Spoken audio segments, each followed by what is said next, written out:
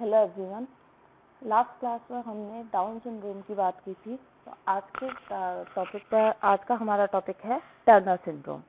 अगर आपको down syndrome अच्छे से समझ आया हुआ है तो आपको टर्नर भी इजीली समझ आ जाएगा, और ये उससे भी ज़्यादा इजी है। डाउन सिंड्रोम भी बहुत इजी था, लेकिन टर्नर उससे भी ज़्यादा इजी है और बहुत छोटा सा टॉपिक है। तो बात करते हैं।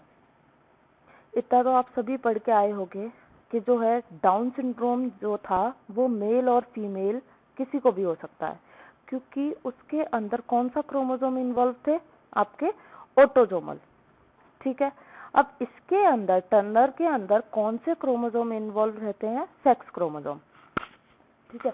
जो सेक्स क्रोमोसोम होते हैं, जैसे फीमेल के अंदर एक्स एक्स हो गया और मेल के अंदर एक्स वाई हो गया। तो ये पहली बात मेल को होगा ही नहीं, क्योंकि मेल के अंदर वाई क्रोमोसोम की डोमिनेंसी रहती है। तो ये वाई क्रोमोसोम की वजह से होने वाला डिसऑर्डर है ही नहीं, ये होगा एक्स क्रोमोसोम की वजह से। अब जैसे हमने डाउन सिंड्रोम के अंदर पढ़ा था कि वहाँ पे क्या हो रही है, 21 नंबर ऑफ क्रोमोसोम की ट्राइसोमी हो रही है। वो ऑटोसोमल था, तो मेल को भी हो सकता है, फीमेल को भी हो सकता है, किसी को भी हो सकता है। उसमें ऐसी कोई पर्टिकुलर कोई कंडीशन नहीं है कि मेल को होगा या फीमेल को।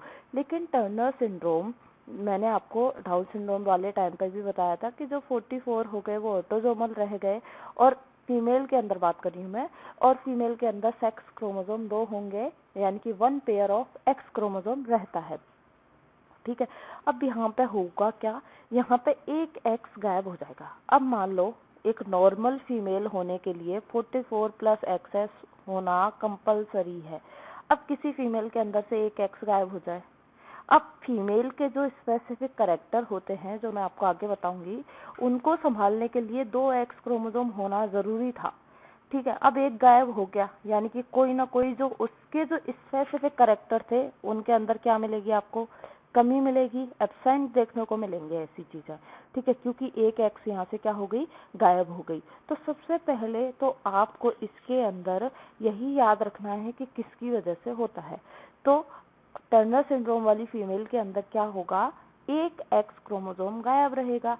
तो इसके अंदर 46 क्रोमोसोम ना होकर के कितने ही क्रोमोसोम रहेंगे? 45 रहेंगे, यानी कि 44 प्लस एक एक्स गायब रहेगा, इसलिए हम वहां पे एक एक्स को 0 से डिनोट कर देते हैं।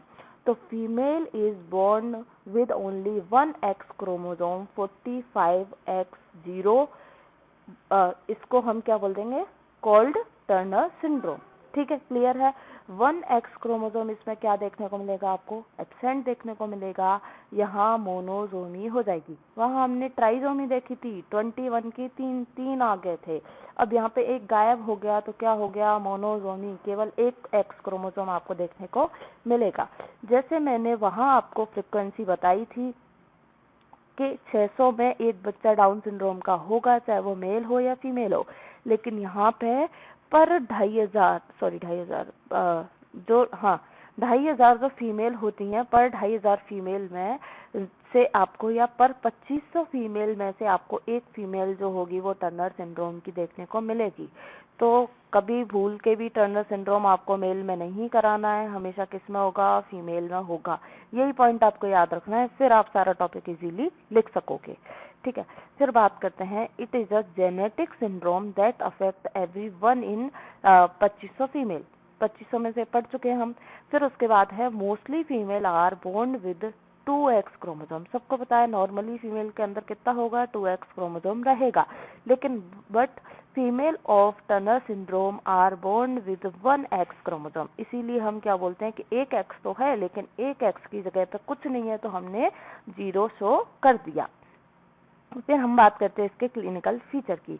तो इसके क्लिनिकल फीचर कैसे रहेंगे? मैंने आपको बताया, जितने भी जेनेटिक डिसऑर्डर होते हैं सब में शॉर्ट स्ट्रक्चर कीजिए, फ्लैट कीजिए, ग्रोथ रिटार्ड कीजिए। अब ये फीमेल के अंदर हो रहा है तो हमें फीमेल वाली चीजें देखनी है। बोले तो कि हाइट कैसी रहेगी? शॉर्ट रहेगी। तो क्यों रहेगी? क्योंकि सारे के सारे स्ट्रक्चर कैसे हैं? शॉर्ट है। हाथ पैर छोटे होंगे, मुंह छोटा होएगा, सब कुछ छोटा रहेगा यहाँ पे। तो स्ट्रक्चर फीमेल का कैसा रहेगा? शॉर्ट रहेगा। Failure of development of ovaries, जो ओवरीज रहती हैं फीमेल के अंदर रिप्रोडक्टिव सिस्टम में, वो ओवरीज का डेवलपमेंट प्रॉपर नहीं हो पाएगा। अब देखिए, जब ओवरी का डेवलपमेंट प्रॉपर नहीं हुआ, यहाँ पर ओवरी का डेवलपमेंट प्रॉपर नहीं हुआ, तो यहाँ पे क्या होगा, मेंस्ट्रुअल साइकिल भी एब्सेंट मिलेगी। मेंस्ट्रुअल साइकिल भी इन फीमेल में देखने को नहीं मिलेगी, क्योंकि ओवरी का ही डेवलपमेंट नहीं है तो मेंस्ट्रुअल साइकिल कहाँ से आएगी। ठीक है, और क्या मिलेगा, नेक शॉर्ट मिलेगी, बेब्ड नेक मिलेगी। वही नेक फोल्ड जो होंगे वो पीछे थिक, जो पीछे वाला पार्ट होता है नेक का वो कैसा मिलेगा, थिक मिलेगा, फोल्डेड मिलेगा, उसको हम बोलेंगे बेब्ड नेक। ठीक है, फिर उसके बाद आता है एबनॉर्मल फिंगर। फिंगर कैसी मिलेंगी, फिंगर्स और नेल जैसे कैसे मिलेंगे, एबनॉर्मल। एबनॉर्मल कहने का यहाँ मतलब है कि शॉर्ट मिलेंगे। आप एबनॉर्मल याद ना रखिए, क्या याद रखिए, शॉर्ट याद रखिए, कि इसकी जो उंगलियां हैं, नाखून है, वो कैसे मिलेंगे, आपको शॉर्ट देखने को मिलेंगे। क्यों एबनॉर्मल स्ट्रक्चर बेसिकली क्यों बोला गया, कि जो फोर्थ मेटाकार्पल है वो सबसे ज्यादा छोटी देखने को मिलेगी। जो रिंग फिंगर होती है फीमेल की, उसकी जो मेटाकार्पल है वो कैसी देखने को मिलेगी, सबसे ज्यादा छोटी। इसीलिए हाथ की जो स्ट्रक्चर है वो आपको एकदम एबनॉर्मल ही देखने को मिलेगा। हार्ट डिफेक्ट तो डेफिनेटली होना है, एक एक्स गायब है। हॉर्स शू शेप किडनी, इनकी किडनी कैसी मिलेगी, हॉर्स शू शेप। अब इसको थोड़ा सा समझा देती हूँ, डिटेल में नहीं बताऊंगी। जैसे कि मान लीजिए ये दो किडनी है, ठीक है, ये किडनी दोनों नॉर्मल कंडीशन में, ये जो किडनी है ये दोनों अपनी अपनी जगह रहती हैं, दोनों अलग अलग है, सेपरेट है। ये मान लीजिए लेफ्ट हो गई और ये जो हो गई वो राइट हो गई, ये दोनों किडनी अलग अलग रह रही हैं। लेकिन ड्यूरिंग जेस्टेशनल पीरियड किडनी की ग्रोथ प्रॉपर नहीं हुई, किडनी आपस में क्या हो गई, फ्यूज हो गई। फ्यूज बोले तो, एक सेकेंड, इस तरीके से इसकी किडनी हो जाएंगी टर्नर सिंड्रोम वाली फीमेल की। यानी कि किडनी जो है अब ये सेपरेट ना होके दोनों किडनी के जो लोअर पोल है वो आपस में क्या हो गए, फ्यूज हो गए।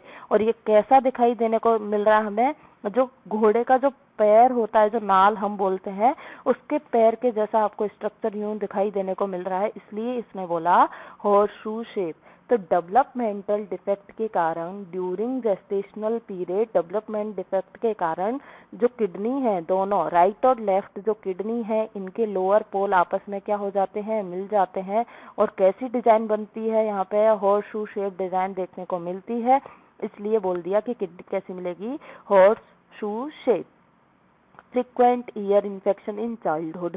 अब ईयर इन्फेक्शन इनके बहुत जल्दी जल्दी होते हैं। क्यों होते हैं, क्योंकि जो एक्सटर्नल ऑडिटरी मीएटस होता है, ये इसकी लेंथ क्या हो जाती है, शॉर्ट हो जाती है। अब इसकी ज्यादा लेंथ होगी, देखिए नॉर्मली क्या है, इसकी लेंथ रहती है 24 mm रहती है।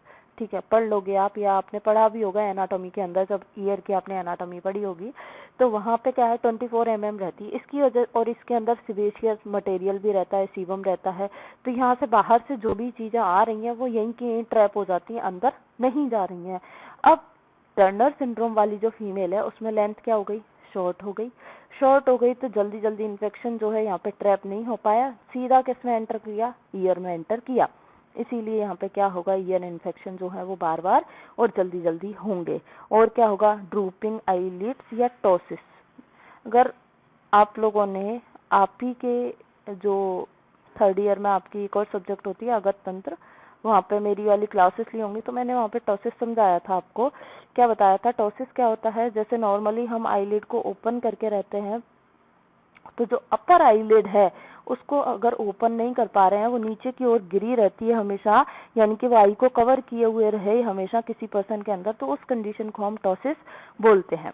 किसी को नहीं समझ में आए तो इसको वापस पूछ लीजिएगा टोसिस वाला, या फिर आप एक बार गूगल पे जाके इसकी एक बार इमेज देखिएगा, आपको क्लियर हो जाएगा। तो यहाँ से मैं आपको याद ये कराना चाह रही थी कि जो स्नेक पॉइजनिंग होती है, ठीक है, वहां पे भी टोसिस देखने को मिलती है। देखना कौन सा वाला स्नेक होता है, वो वाइपर है, कोबरा है, आई थिंक वाइपर के अंदर मिलती है, देखिएगा। तो ड्रूपिंग आईलिड्स, आईलिड्स की क्या मिलेगी, यहाँ पे ड्रूपिंग मिलेंगी, टोसिस मिलती है, उस कंडीशन को हम टोसिस कहते हैं। जैसे कि अब डायग्राम मुझे अच्छे बनाने नहीं आते हैं पर मैं कोशिश करती हूँ। जैसे ये आई है, ठीक है, और ये आईलिड है, ये आईलिड है, तो ये आईलिड ओपन ना होके, यानी कि ऊपर की तरफ ना जाके आईलिड आई बॉल को कवर किए गिरी हुई रहेगी।